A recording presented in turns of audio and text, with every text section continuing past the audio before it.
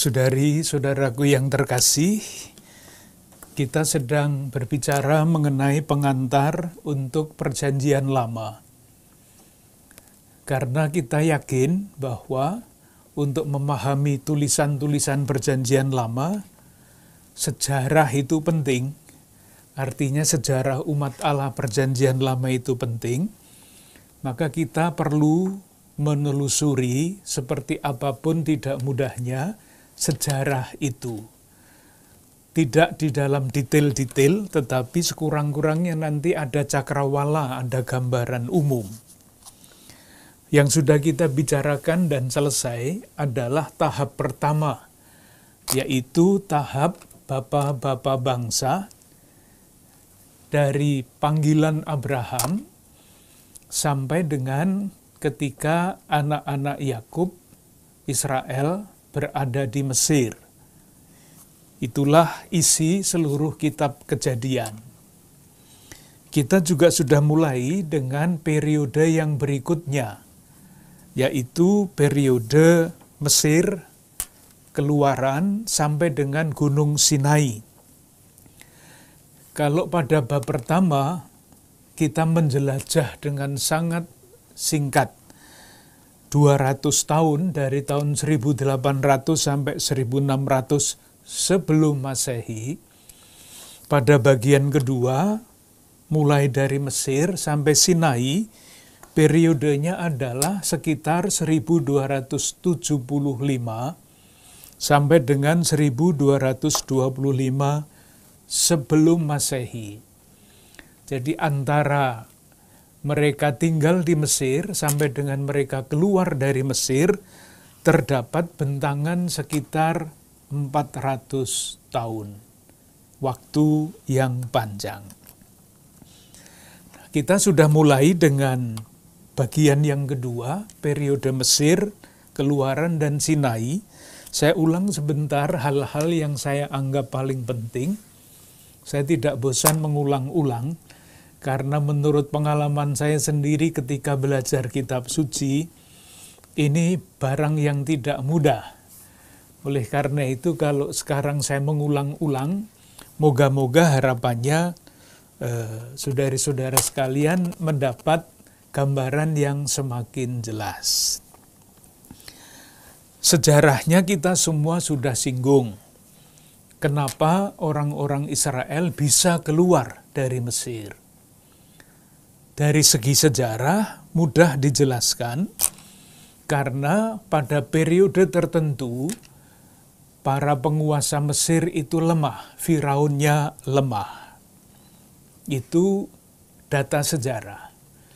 Tetapi di dalam kitab suci, sebagaimana kita baca di dalam kitab Keluaran, peristiwa sejarah itu ditafsirkan sebagai karya penyelenggaraan Allah.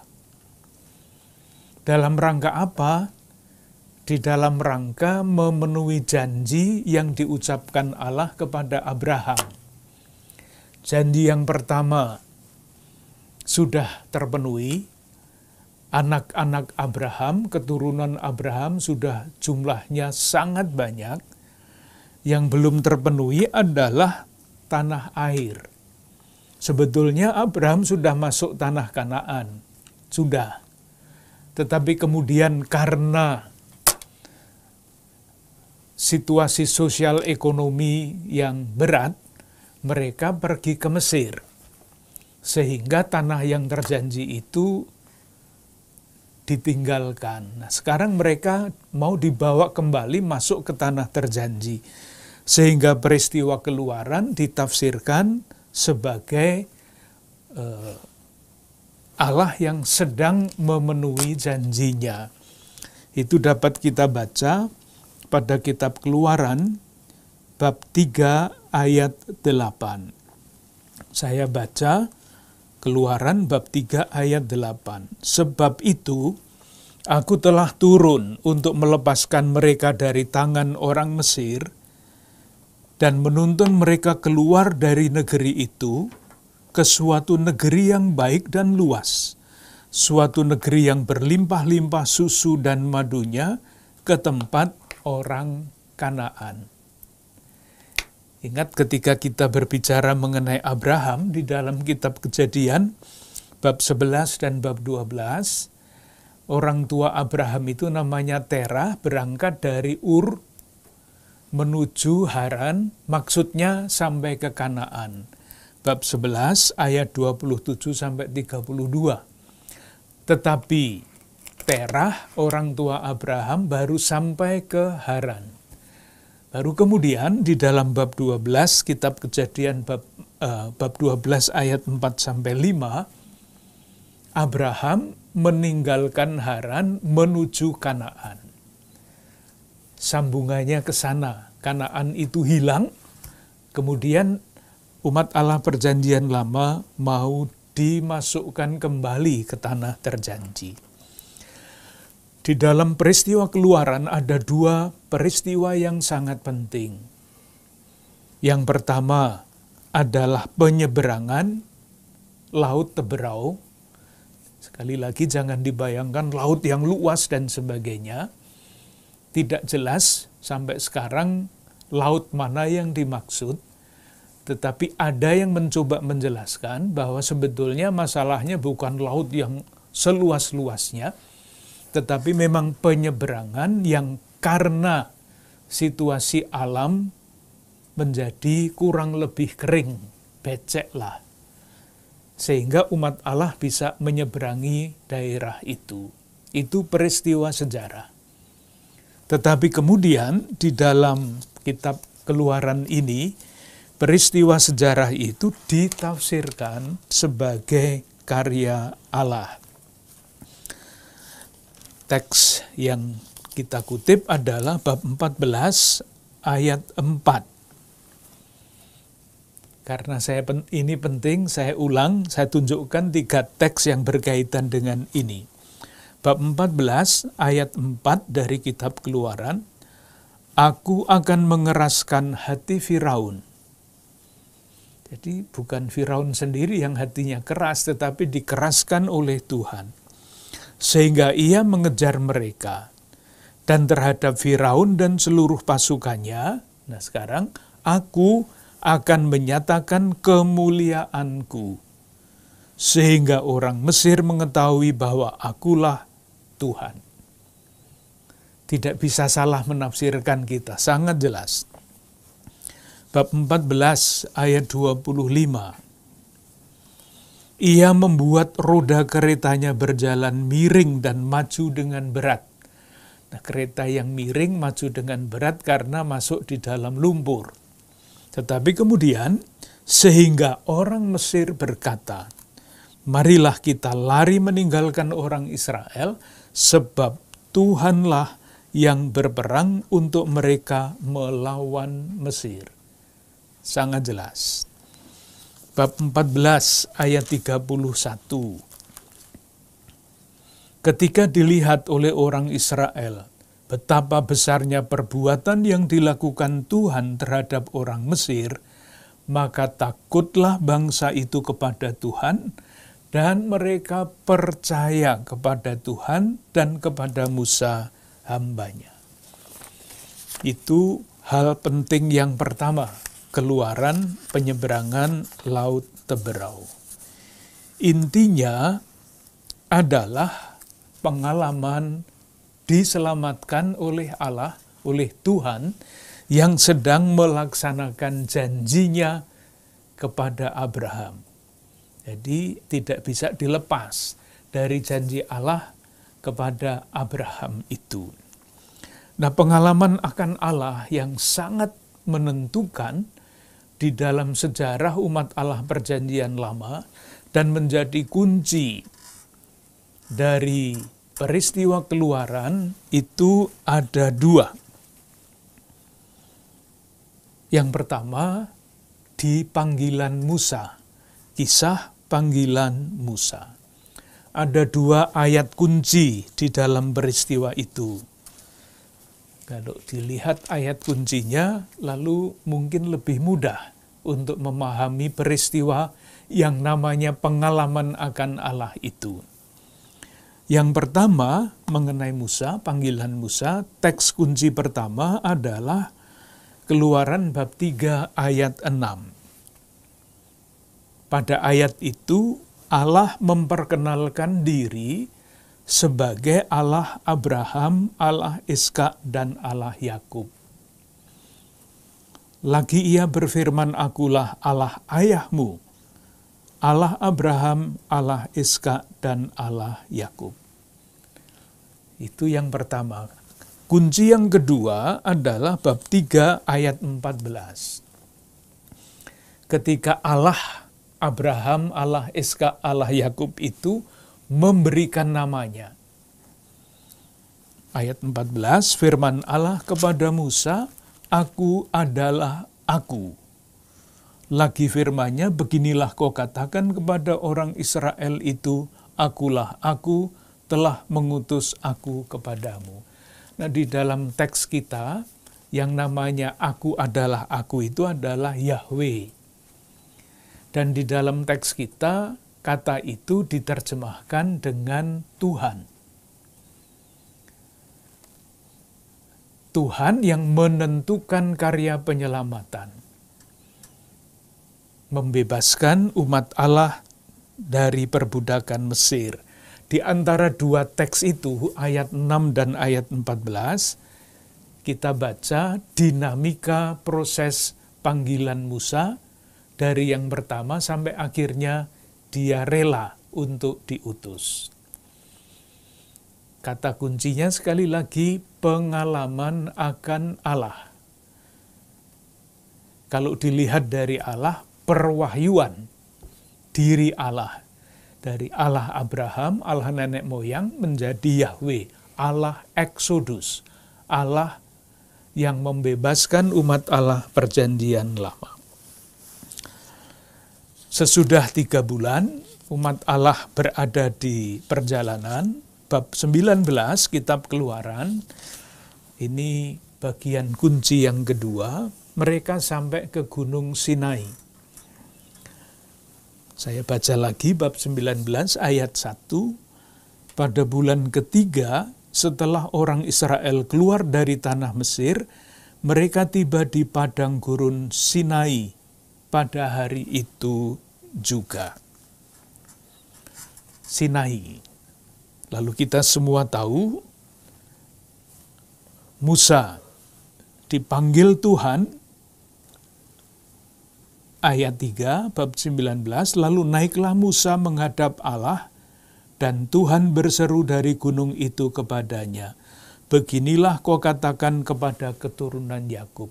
Muncullah yang sekarang mudahnya kita sebut 10 perintah Allah, Dekaloh Musa, pada bab 20 kitab Keluaran.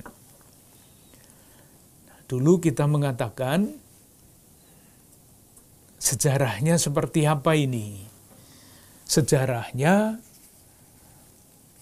bangsa-bangsa di sekitar umat Allah perjanjian lama itu sudah ada bentuk perjanjian yang biasa dilakukan oleh raja besar untuk raja vasal namanya, raja bawahan. Perjanjian. Nah, pengalaman akan Allah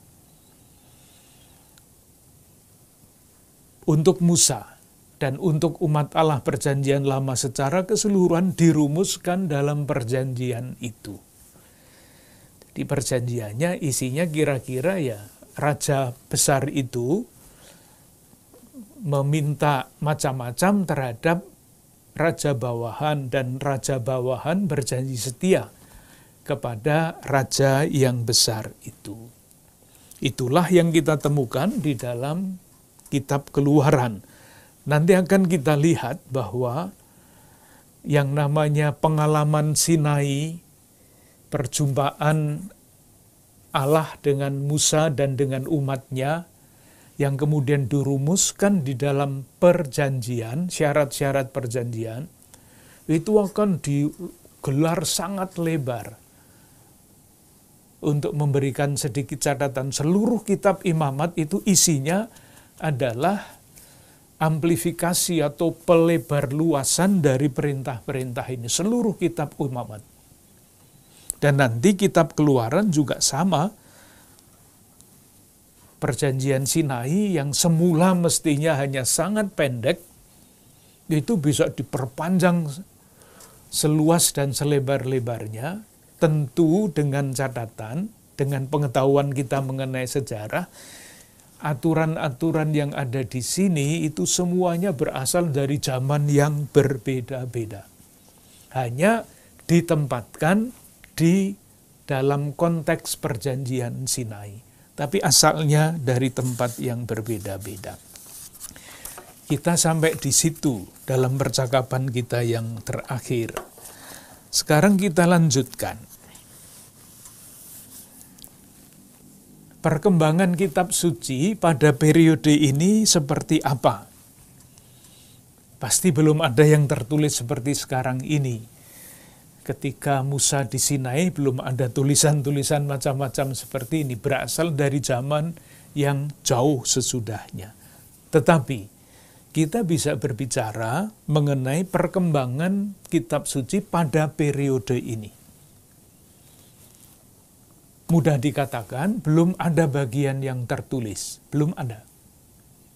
Yang ada adalah tradisi lisan, turun-temurun. Mengenai apa? Pasti kisah mengenai bapa bangsa semakin berwarna-warni, karena semakin panjang periodenya, cerita itu kan bisa ditambah macam-macam. Sama dengan tradisi lisan mengenai bapa bangsa.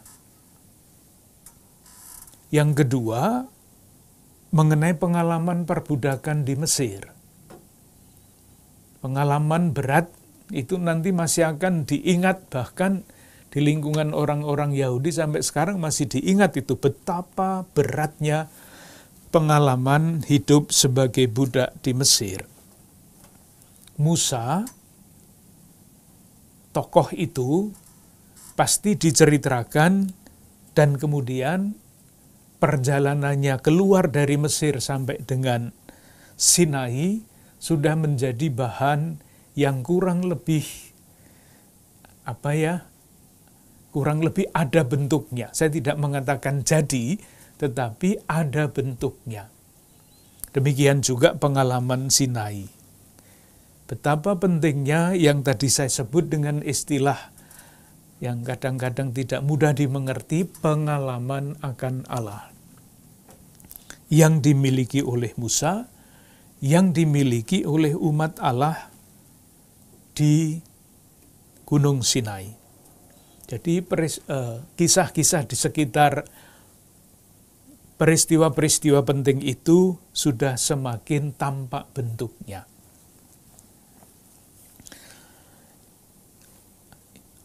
Berikutnya, kira-kira yang paling menonjol di dalam berbagai macam cerita lisan itu apa? Kira-kira bisa dibayangkan seperti apa? Kita ingat, sebelum umat Allah Perjanjian Lama keluar dari tanah Mesir, mereka merayakan Paskah. Dan Paskah itu dirayakan setiap tahun. Oleh karena itu bisa dibayangkan, mudah sekali dibayangkan, bahwa kisah mengenai keluaran umat Allah Perjanjian Lama dari Mesir dalam waktu yang singkat menjadi inti dari tradisi yang diwariskan turun-temurun itu. Silahkan nanti membaca sendiri kitab Keluaran bab 15. Ini kan nyanyian, dan nyanyian itu judulnya seperti itu, nyanyian Musa dan Israel. Nyanyian seperti itu dipakai di dalam ibadah. Jadi bukan sekedar menceritakan secara lisan apa yang terjadi, tetapi pengalaman iman mereka dibebaskan oleh Allah itu dibuat nyanyian. Seperti kita tidak terlalu sulit membayangkan, persembahan tidak sekedar doa imam, tetapi ada nyanyiannya. Antar bacaan, mazmur, ada nyanyiannya. Nah, ini nyanyian yang paling penting di dalam peristiwa Eksodus, kitab Keluaran bab 15. Yang berikutnya yaitu naskah perjanjian yang berkembang. Naskah perjanjian yang paling dasar dapat kita temukan rumusannya rumusannya. Dapat kita temukan pada bab 12, bab 20, ayat 13 dan selanjutnya. Rumusannya hanya begitu itu. Sederhana, tidak panjang, tidak lebar. Jadi rumusannya adalah jangan plus kata kerja. Jadi bab 20 ayat 13 sampai dengan 17 itu bisa kita anggap sebagai rumus hukum yang paling awal. Jangan ini, jangan itu. Sementara yang lain-lain yang sudah dengan penjelasan panjang itu adalah perkembangan sejak semula.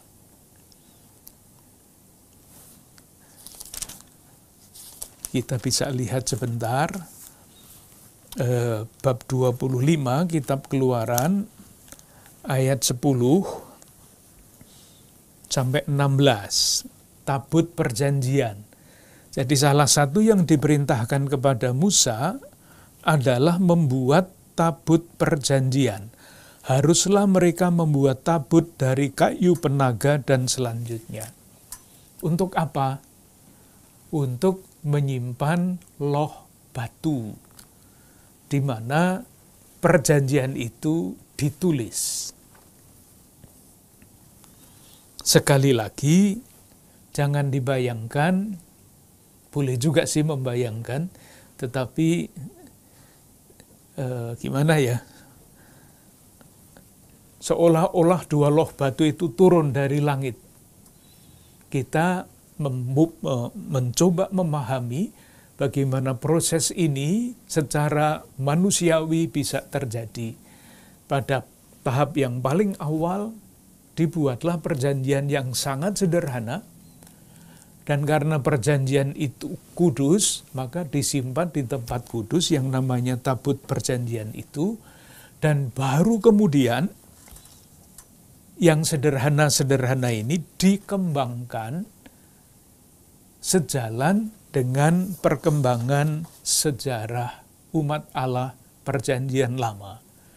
Di padang gurun perjanjiannya jangan ini jangan itu pasti sesuai dengan padang gurun. Ketika masuk tanah terjanji pasti sesuai dengan pertanian yang sederhana. Ketika zaman kerajaan larangan-larangan itu pasti berkembang, dan itulah yang kita temukan sekarang di dalam yang disebut kelima kitab Musa.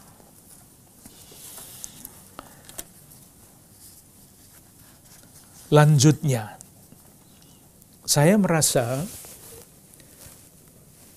perlu untuk sekedar mengulang kembali skema sejarah, karena ini nanti penting dan juga untuk memahami apa yang tertulis di dalam kelima kitab Musa itu. Saya tidak tahu kalau saudara-saudara pernah mencoba membaca kitab Imamat, kalau betah dari awal sampai akhir itu mesti diacungi jempol. Karena sama sekali tidak menarik, berisi aturan macam-macam dari zaman lampau. Oleh karena itu saya merasa perlu untuk memberikan skema sejarah umat Allah perjanjian lama yang sekarang ini kita temukan di dalam kitab Kejadian, kitab Keluaran, kitab Imamat, kitab Bilangan, dan kitab Ulangan. Kelima kitab Musa. Mungkin kita mulai dengan hal yang paling sederhana, ya, menghafalkan urut-urutan dari kelima kitab itu, tidak terbalik-balik. Di kitab Kejadian pasti tidak salah, kitab Keluaran, kitab Imamat, kitab bilangan dan kitab ulangan. Kalau itu dihafalkan, nanti mudah untuk mencari di mana tempat kitab itu. Skema sejarah yang termuat di dalam kelima kitab Musa. Kitab Kejadian kita semua sudah tahu, ada 3 kota, ada 3 tempat yang penting. Yang pertama adalah Ur Kasdim, tempat Terah dan anak-anaknya tinggal, menuju ke Haran, sebelah utara Mesopotamia bagian utara. Terah berhenti di situ. Kemudian dari Haran dipanggillah Abraham untuk pergi ke Kanaan. Abraham sampai di situ, sampai Kanaan. Kemudian sejarah selanjutnya adalah Abraham, Ishak, Yakub dan anak-anaknya yang berlabuh di Mesir. Itu kitab Kejadian. Jadi kalau kerangka sejarah itu dipegang, lalu kita bisa membayangkan nanti kalau membaca sejarah itu, kerangkanya seperti itu. Ur Kasdim, Haran, Kanaan, Mesir.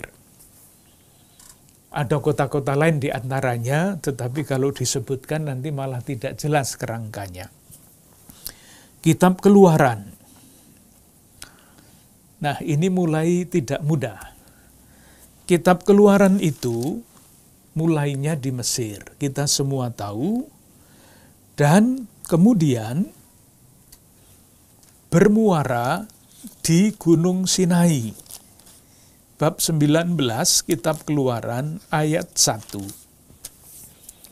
Di Sinai itu hukum-hukum ditempatkan. Di seolah-olah hukum, segala macam hukum itu asal-usulnya di Sinai itu. Bisa dibayangkan ya, bab 19 ayat 1, mereka sampai tiba di padang gurun Sinai. Titik. Ini periode yang sangat panjang di Sinai. Kita loncat ke kitab Keluaran, bab 40 ayat 2.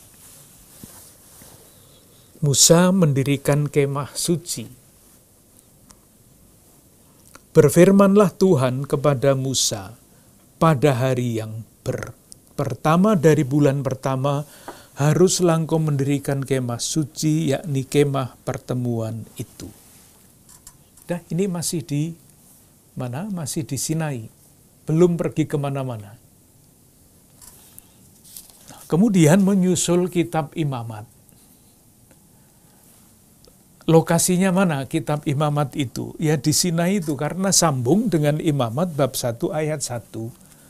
Keluaran bab 40 ayat 2 tadi, kan perintahnya, pada hari yang pertama dari bulan yang pertama, haruslah engkau mendirikan kemah suci, yakni kemah pertemuan ini. Kemah pertemuan didirikan. Kemudian Imamat bab 1 ayat 1, Tuhan memanggil Musa dan berfirman kepadanya dari dalam kemah pertemuan, sambung. Berbicaralah kepada orang Israel dan katakanlah kepada mereka. Udah, ini dari kitab Imamat dari bab 1 sampai dengan bab yang terakhir, itu isinya adalah peraturan-peraturan. Segala macam peraturan untuk hidup umat Allah perjanjian lama. Dari bab 1 sampai dengan bab 27.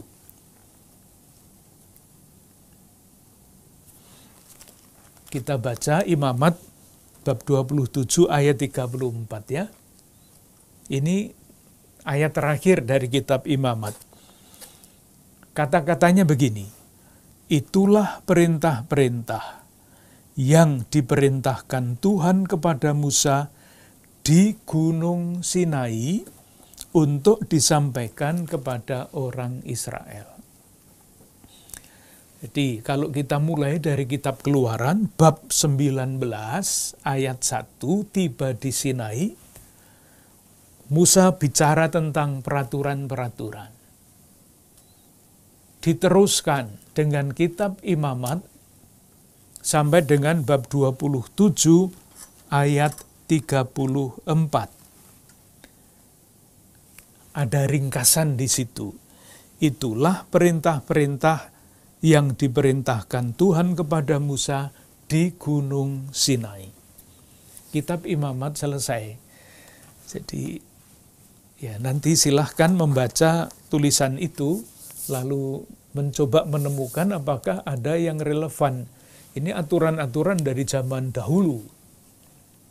Tapi nanti akan kita lihat apakah ada yang dapat kita warisi sebagai warisan yang abadi. Sesudah kitab Imamat ada kitab Bilangan. Namanya saja Bilangan. Jadi pasti banyak angka, banyak silsilah di situ. Masih melanjutkan hukum di Sinai bab 1 ayat 7. Maaf, bab 1 ayat 1 kitab Bilangan.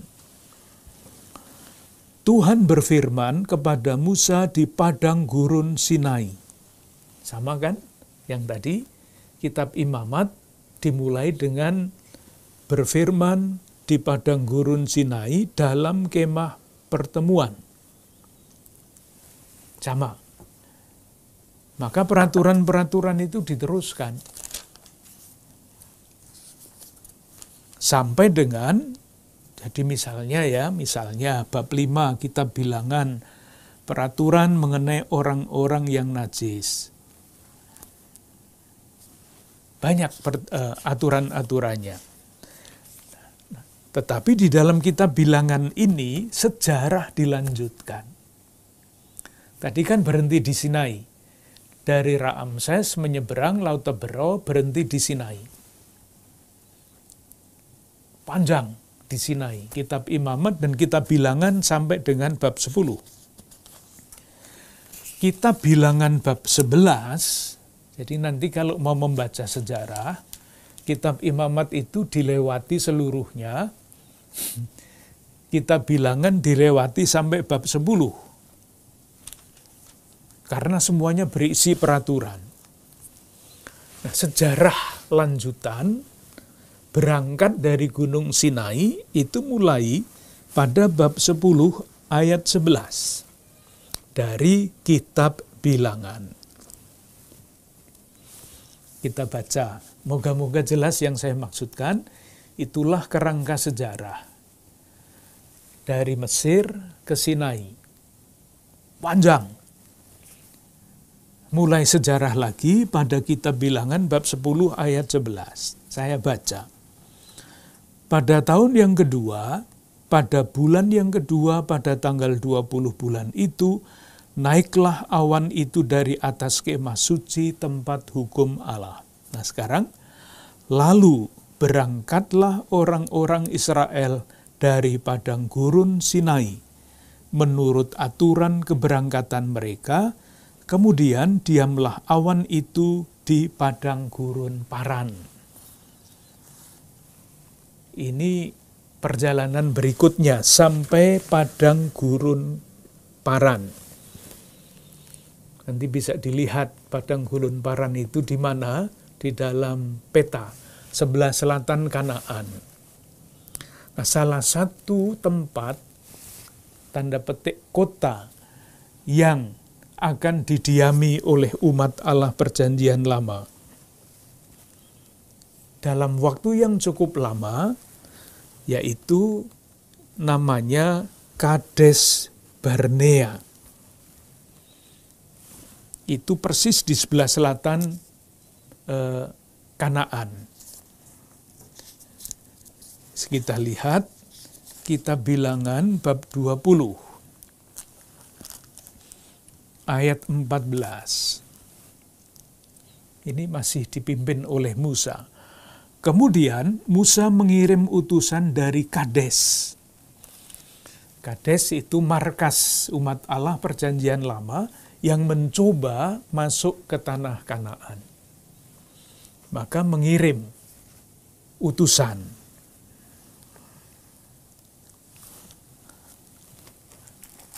Utusannya diterima apa enggak?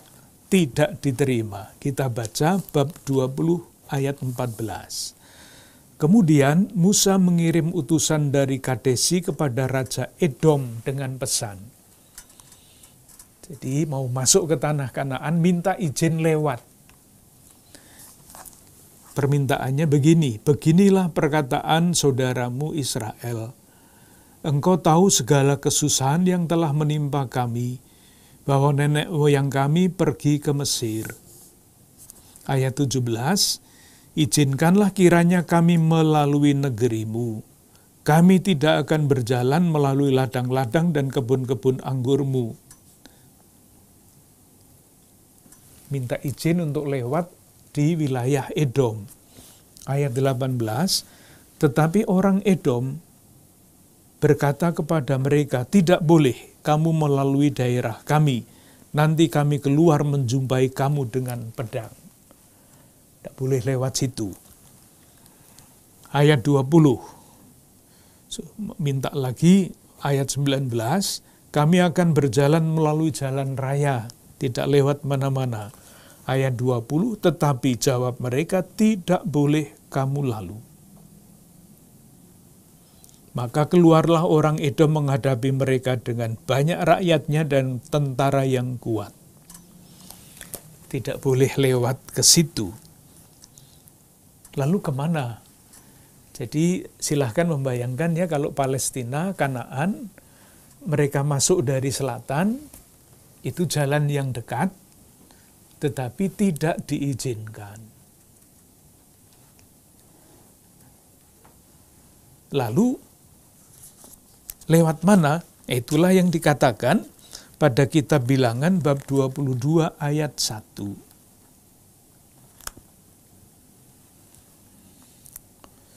Kemudian berangkatlah orang Israel dan berkemah di dataran Moab, di daerah seberang sungai Yordan, dekat Yeriko. Mau lewat dari selatan tidak boleh, melambung ke arah Transjordania, namanya Moab. Bisa dibayangkan ya, kalau petanya ada mudah ditunjukkan, tetapi silahkan membayangkan saja, dari Kades mau masuk ke Kanaan, tanah terjanji itu lewat selatan, tidak diizinkan. Tidak diizinkan itu mungkin alasannya macam-macam. Maka mereka melambung lewat Transjordania dari timur sekarang, tidak dari selatan. Mungkin lebih mudah mengalahkan tanda petik kelompok-kelompok yang ada di tempat itu daripada yang menghadang mereka di daerah Kanaan Selatan. Bilangan bab 36 ayat 13. Nah, dari Moab itu mereka membangun markas untuk masuk ke tanah terjanji. Bab 36, kitab Bilangan, ayat 13. Itulah perintah dan peraturan yang diperintahkan Tuhan kepada orang Israel dengan perantaraan Musa di dataran Moab, di tepi sungai Yordan, dekat Yeriko. Semula markasnya di Kades sebelah selatan, pindah ke Moab sebelah timur. Sejarahnya selesai di situ. Lah, kitab Ulangan ini cerita tentang apa? Kitab Ulangan itu mengulangi, namanya saja ulangan ya.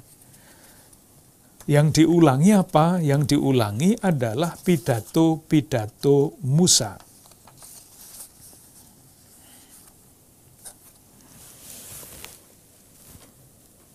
Bisa diambil begini. Diambil judulnya saja ya, kitab Ulangan. Inilah perkataan-perkataan yang diucapkan Musa kepada seluruh orang Israel di seberang sungai Yordan di padang gurun. Jadi kata-kata Musa diulang lagi di dalam 3 tahap di dalam kitab Ulangan ini. Mengapa diulangi lagi? Yang mengulangi pasti bukan orang yang sama. Nanti akan kita lihat kalau kita melihat sejarah perkembangan kitab suci, ada kelompok-kelompok yang mempunyai pandangan yang berbeda-beda mengenai peristiwa-peristiwa masa lampau dan mengenai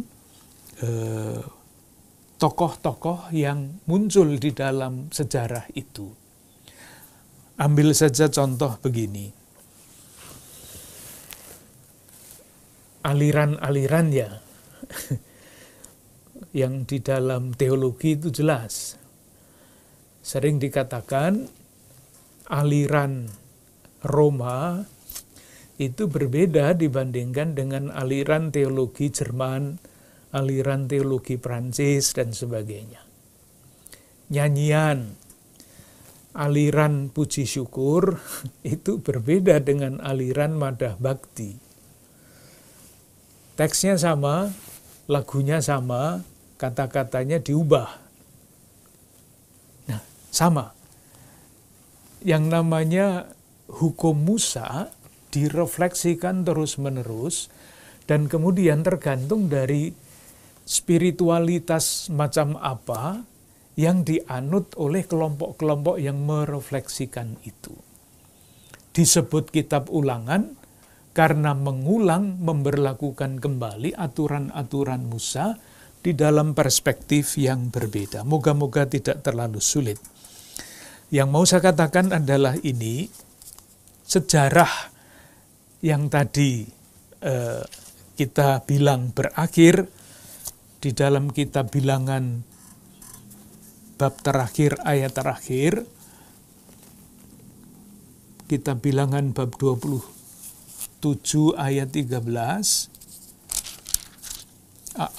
bab 36 ayat 13, sampai Yordan, ceritanya dilanjutkan di dalam kitab Ulangan ini.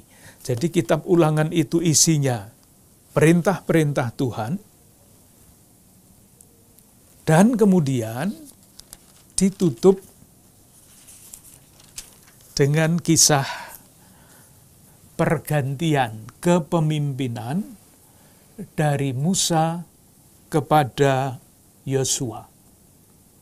Ini sejarah lagi. Dan itulah yang diceritakan pada kitab Ulangan bab 31. Kita lihat bab 31, kitab Ulangan, ini sejarah lagi ya. Bab 31 ayat 14 sampai 15. Judulnya pendahuluan nyanyian Musa. Tapi intinya isinya adalah pergantian kepemimpinan dari Musa sampai dengan Yosua. Ayat 14. Kemudian berfirmanlah Tuhan kepada Musa, sesungguhnya sudah dekat waktunya bahwa engkau akan mati. Maka panggillah Yosua, berdirilah bersama-sama dengan dia dalam kemah pertemuan, supaya aku memberi perintah kepadanya. Lalu pergilah Musa dan Yosua dan selanjutnya. Ayat 15. Kata-kata Tuhan kepada Musa.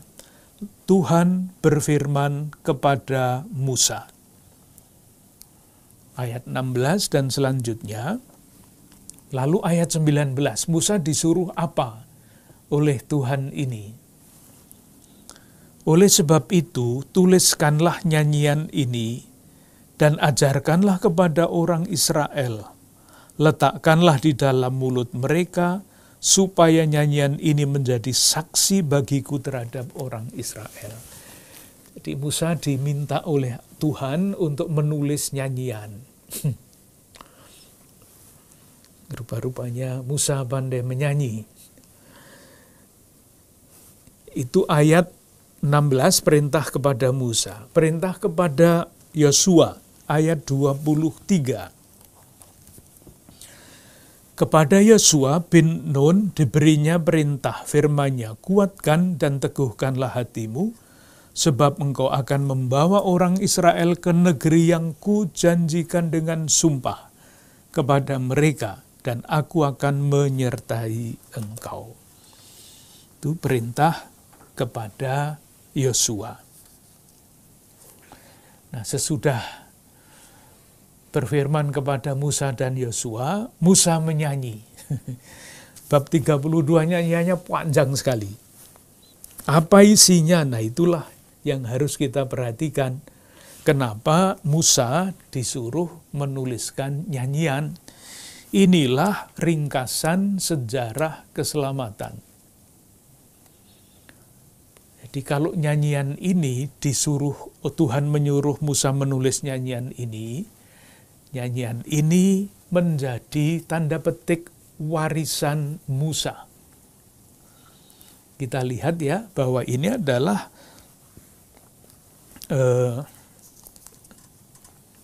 ringkasan dari sejarah keselamatan. Ayat 8, bab 32. Ketika Sang Maha Tinggi membagi-bagikan milik pusaka kepada bangsa-bangsa, ketika ia memisah-misah anak-anak manusia, maka ia menetapkan wilayah bangsa-bangsa menurut bilangan anak-anak Israel. Ini pembagian tanah Kanaan. Ayat 15. Lalu menjadi gemuklah Yesurun. Yesurun itu Israel. Dan menendang ke belakang.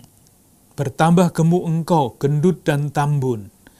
Dan ia meninggalkan Allah yang telah menjadikan dia. Pengkhianatan Israel. Dan selanjutnya penebusan. Sesudah Israel berkhianat, masih diberi janji lagi. Dan begitu seterusnya. Ditutup dengan ayat 43. Bersorak-sorailah bangsa-bangsa karena umatnya. Sebab ia membalaskan darah hamba-hambanya, ia membalas dendam kepada lawan-lawannya, dan mengadakan pendamaian bagi tanah umatnya. Sejarah keselamatan. Diteruskan dengan berkat Musa. Ini masing-masing mendapat berkat bab 33 ayat 1-29. Kisah mengenai kematian Musa bab 34 ayat 1-12. Selesai. Sejarahnya Musa selesai. Sekarang sejarahnya akan diteruskan oleh Yosua. Sudah sampai ke Moab. Itu artinya siap untuk masuk tanah Kanaan. Tapi Musa tidak diizinkan oleh Tuhan untuk masuk tanah Kanaan. Yang akan melanjutkan adalah Yosua. Skema sejarahnya seperti itu. Moga-moga skema sejarah ini membuat kita lebih mudah membaca 5 kitab Musa itu. Kalau tidak ada skema sejarahnya, kita bingung ini kita sampai di mana. Maka skema sejarah menurut pengalaman saya membaca teks-teks ini menjadi sangat penting. Aturan-aturan yang tadi dibuat itu nantilah dibicarakan. Asal skema sejarahnya jelas. Catatan yang terakhir mengenai kelima kitab Musa, khususnya mengenai peraturan-peraturan itu. Kita bisa mengatakan secara umum bahwa peraturan-peraturan yang panjang yang ditempatkan dalam konteks Sinai, praktis sekarang ini tidak ada yang relevan. Soal najis, soal segala macam itu semuanya sudah berubah zaman sekarang ini. Berkaitan dengan perkembangan zaman, berkaitan dengan pengalaman akan Allah yang semakin berkembang, pengalaman kesadaran moral manusia yang berkembang, lalu peraturan-peraturan yang katakanlah berkembang pada abad ke-10 sebelum Masehi, masa mau diterapkan di zaman sekarang? Kan tidak. Tetapi, salah satu yang menarik adalah di antara hukum-hukum ibadah, peraturan-peraturan tentang imam dan sebagainya, ada peraturan yang terus masih menjadi referensi untuk ajaran sosial gereja sampai sekarang. Dan itu yang berkaitan dengan tata cara di dalam kehidupan bersama. Mungkin kalau saya omong begitu tidak jelas sama sekali ya. Tapi misalnya mengenai tahun rahmat. Yesus masih menurut Injil Lukas, Yesus masih menyebut-nyebut tahun rahmat Tuhan itu. Asal-usulnya dari mana itu? Silahkan lihat kitab Imamat, bab 25. Yang disebut tahun Sabat dan tahun Yobel. Jadi begini, kira-kira jalan pikirannya begini. Musa memberikan berbagai macam hukum, berbagai macam perintah untuk menjamin kesejahteraan, damai sejahtera umat Allah itu. Itu prinsipnya, pokoknya itu. Hukum-hukum itu, kalau orang taat kepada Allah, dia akan mendapat berkat. Jalan pikirannya sesederhana itu. Tetapi nyatanya, nah sekarang itu kan prinsip. Setia kepada Allah akan mendapat berkat. Salam, shalom, sempurna. Nyatanya tidak demikian. Di dalam kehidupan masyarakat selalu saja ada kesenjangan. Ambil saja contoh, ada yang sejahtera, ada yang sangat sejahtera, ada yang prasejahtera, sama seperti sekarang. Jadi ada cita-cita, ada realitas. Nah, realitas itu dibaca dengan kacamata cita-cita itu. Misalnya apa? Misalnya, ketika seseorang karena kesempitan ekonomi berhutang, sepanjang usahanya dia tidak bisa membayar hutangnya. Konsekuensinya apa? Konsekuensinya dia dijadikan budak. Lazim pada waktu itu. Apakah ideal bahwa seorang pribadi, masyarakat yang percaya kepada Tuhan, masyarakatnya akan membiarkan kesenjangan-kesenjangan seperti itu di dalam dirinya? Moga-moga jelas ya, cita-citanya semua rukun, bersaudara, sejahtera, tidak ada yang miskin. Nyatanya nggak begitu itu. Ada yang jadi budak. Ada yang tanahnya dirampas untuk membayar hutang itu. Apakah akan terus seperti itu? Jawabannya tidak. Oleh karena itu, diadakanlah yang namanya tahun Sabat. Setiap 7 tahun, orang yang menjadi budak dibebaskan.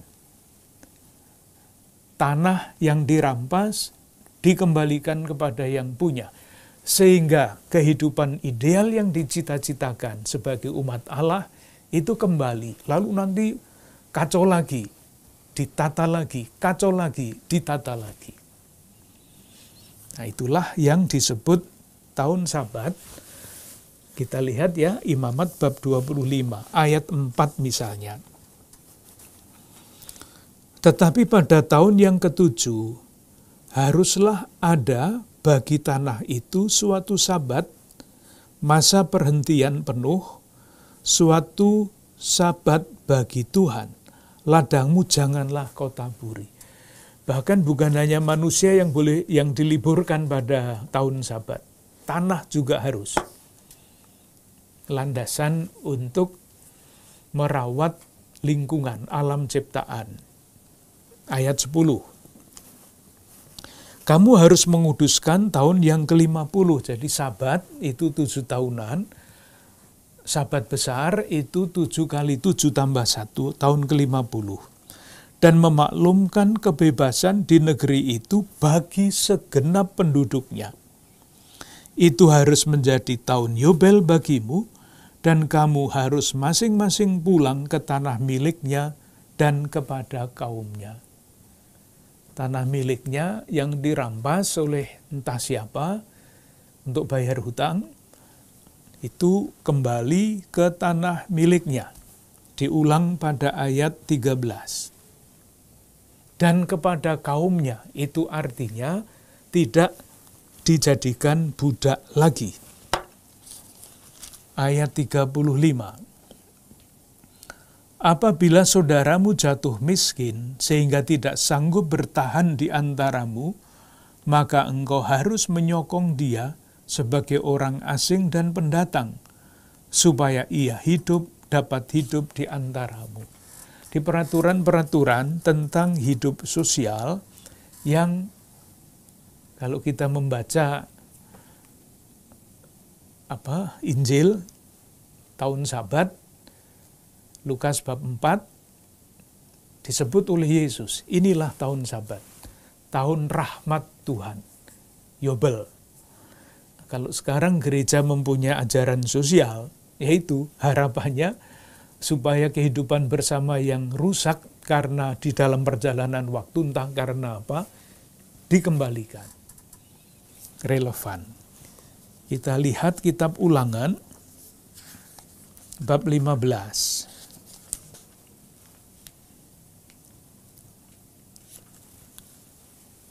Bab 15 ayat 1 sampai 11 itu tahun penghapusan hutang.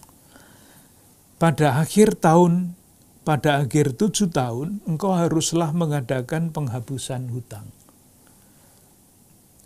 Siapa yang mau melaksanakan ini sekarang? Secara harafiah pasti tidak, tetapi jiwanya harus ada di situ. Ayat 4, maka tidak akan ada orang miskin di antaramu. Maka ada yang namanya memberi perhatian lebih kepada saudara-saudara kita yang kurang beruntung. Seperti dicita-citakan oleh jemaat Yerusalem yang pertama. Ayat 12, mengenai budak, memerdekakan budak Ibrani. Apabila seorang saudaramu menjual dirinya kepadamu, baik orang laki-laki Ibrani maupun seorang perempuan Ibrani, maka ia akan bekerja padamu 6 tahun lamanya. Tetapi pada tahun yang ke-7 engkau harus melepaskan dia sebagai orang merdeka. Selain aturan-aturan tentang najis, tentang benda-benda ibadah dan sebagainya, ada yang paling jelas bagi saya adalah yang namanya tahun rahmat Tuhan, yang dimaklumkan oleh Yesus sebagai tahun rahmat Tuhan, oleh penginjil yang lain diwartakan sebagai kerajaan Allah, dan di dalam gereja sekarang diajarkan sebagai ajaran sosial gereja. Kita sampai di sini, kita lanjutkan pada percakapan yang akan datang. Makasih.